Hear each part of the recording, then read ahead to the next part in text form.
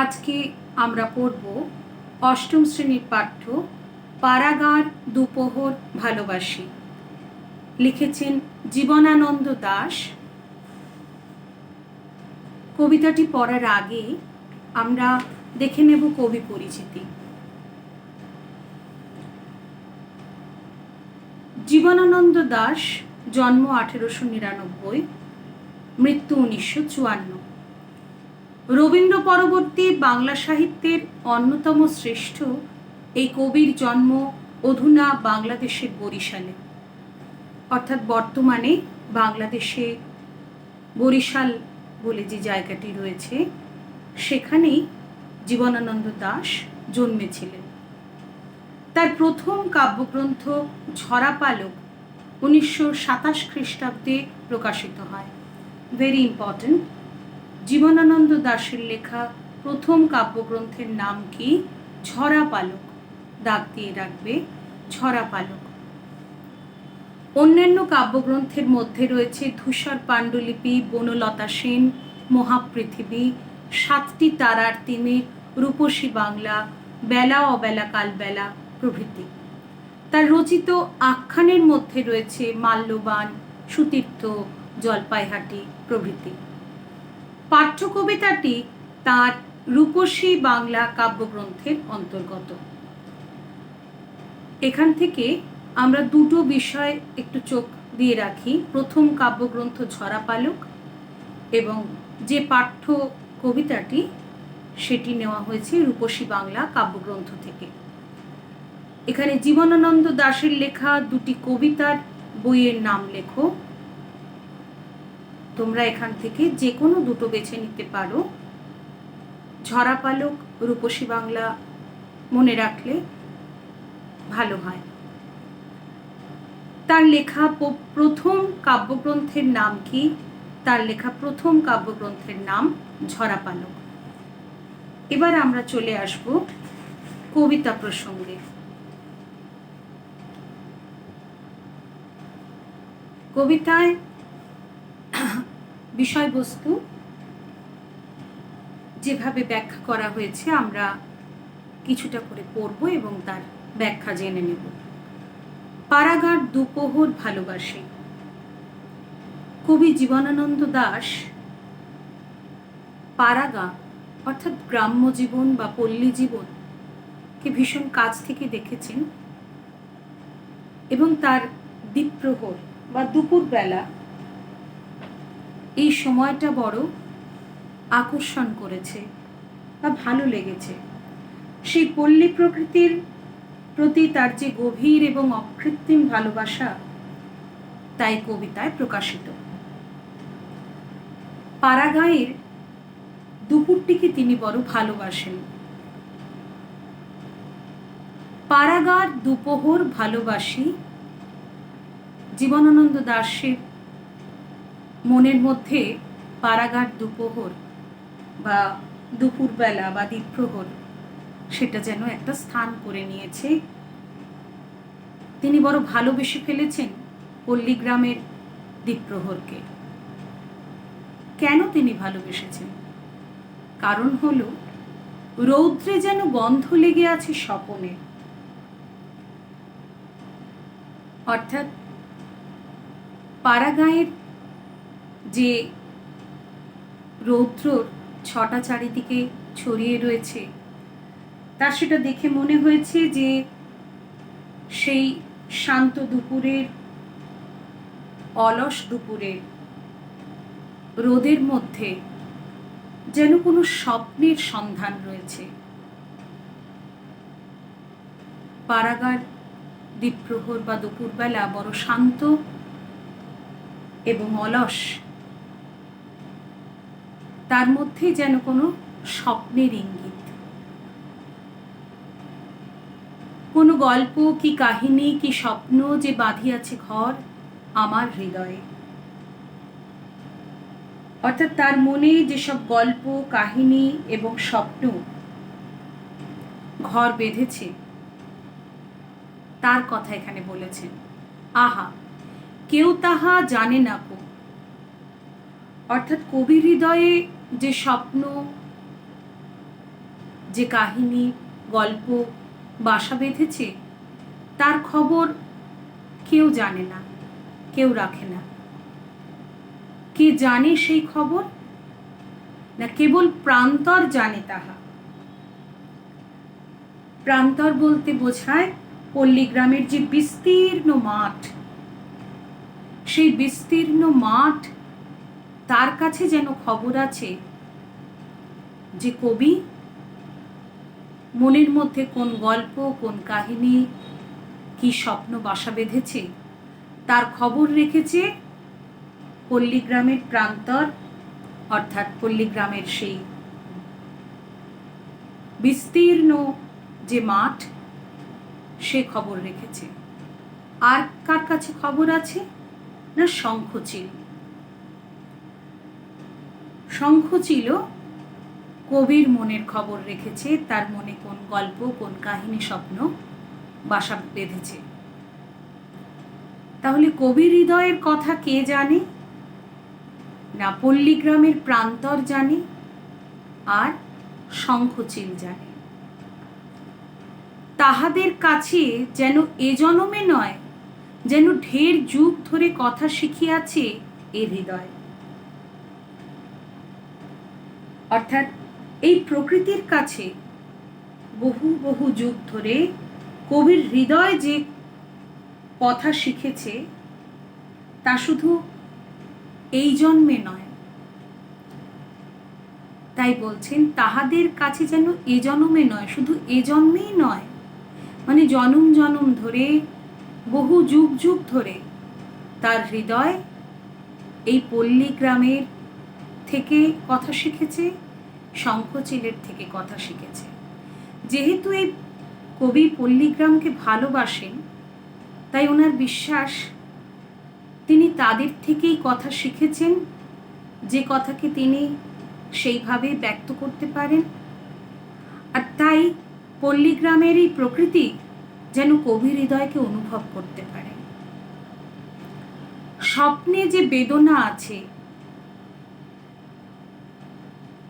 স্বপ্ন কেমন? না কবি উপলব্ধি করেছেন যে কোনো স্বপ্নেই থাকে নানা ধরনের বেদনা। স্বপ্নের মধ্যে কষ্ট আছে, যন্ত্রণা আছে, বেদনা আছে। কবিতায় বলছেন, উপলব্ধি করেছেন স্বপ্নের মধ্যেও যেন যন্ত্রণা আছে। স্বপ্ন শুধু সুখ স্বপ্ন নয়। শুষ্ক পাতা, শালিকের স্বর, ভাঙা মাঠ, নকশা পেরে শাড়িখানা মেয়েটির রৌদ্রের ভিতর হলুদ পাতার মতো সরে যায়।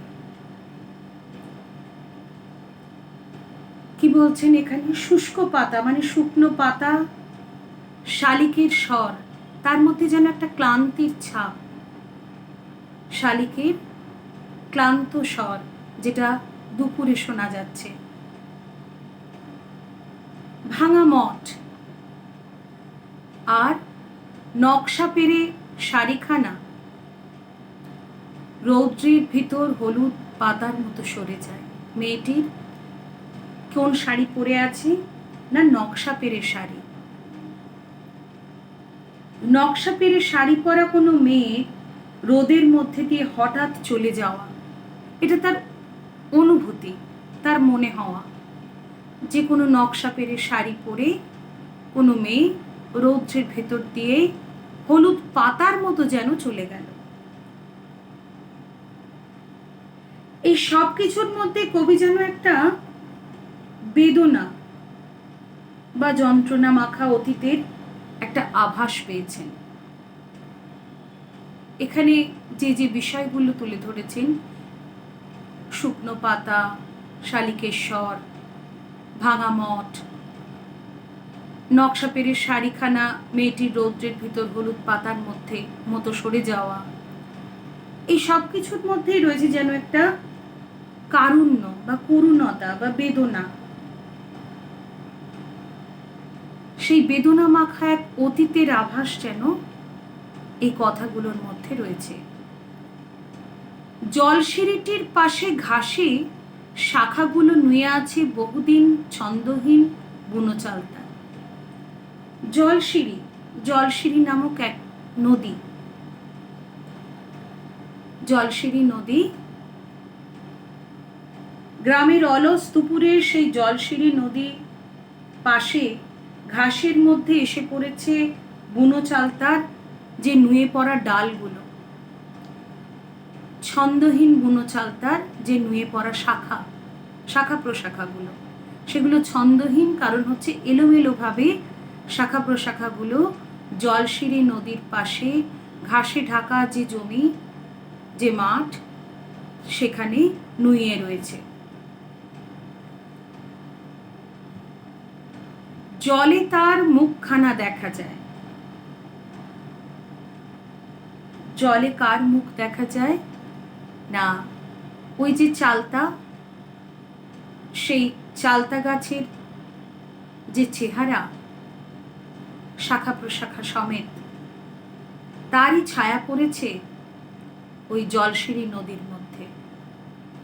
তাই বলছেন জলে তার মুখখানা দেখা যায়। জলশিরি নদীর পাশেই যেহেতু বুনো চালতা ছন্দহীন অবস্থায় তার শাখাগুলোকে নুইয়ে দিয়েছে, সেই ছবিটাই জলশিরি নদীর মধ্যেও পড়েছে।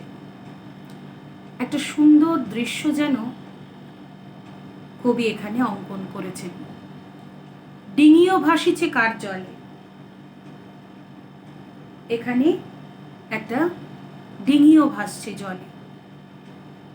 মালিক কোথাও নাই, কার মালিক নেই? না, ডিঙির যে মালিক, ডিঙির মালিকের কোথাও দেখা নেই, ডিঙিটা ভেসে আছে।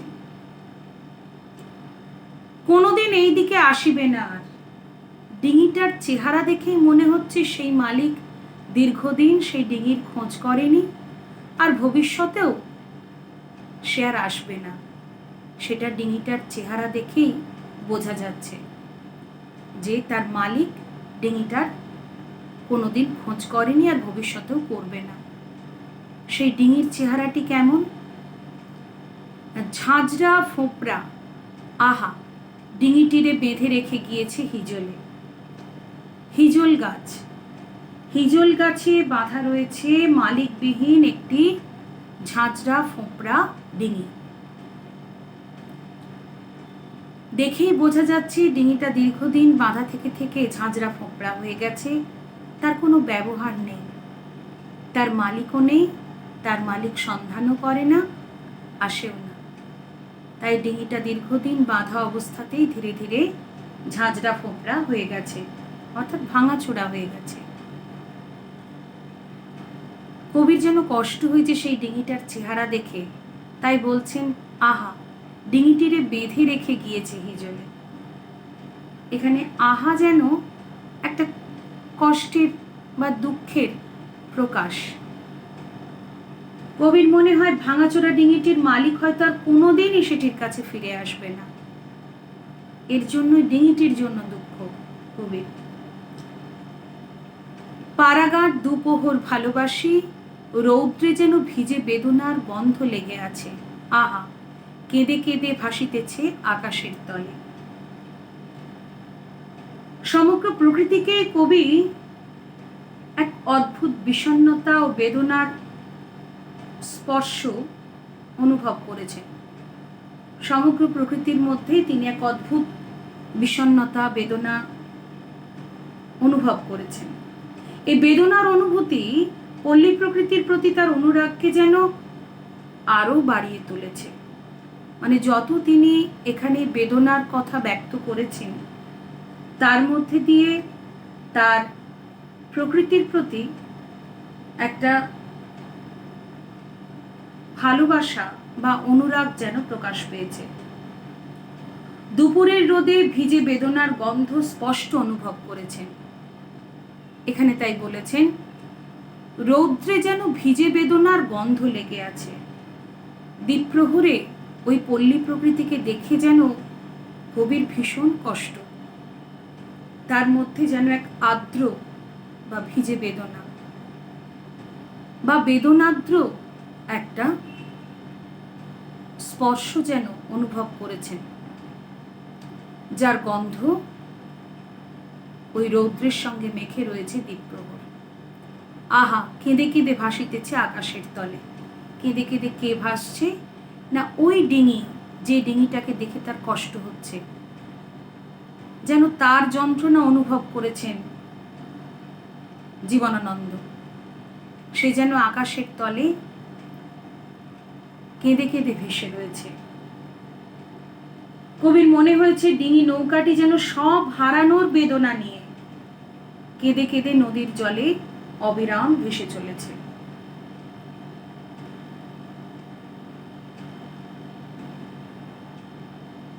পল্লী প্রকৃতির এই বেদনাময় যে চেহারা বা চিত্র, সেটা কবির হৃদয় ছুঁয়ে গেছে। আর তাই এই প্রকৃতিকে ভালোবেসেই, এই পারাগার দ্বীপ্রহরকে ভালোবেসেই কবি লিখেছেন পারাগার দুপ্রহর ভালোবাসি। তাই এই নামকরণ সার্থক হয়েছে। কবিতাটি এখানেই শেষ হলো।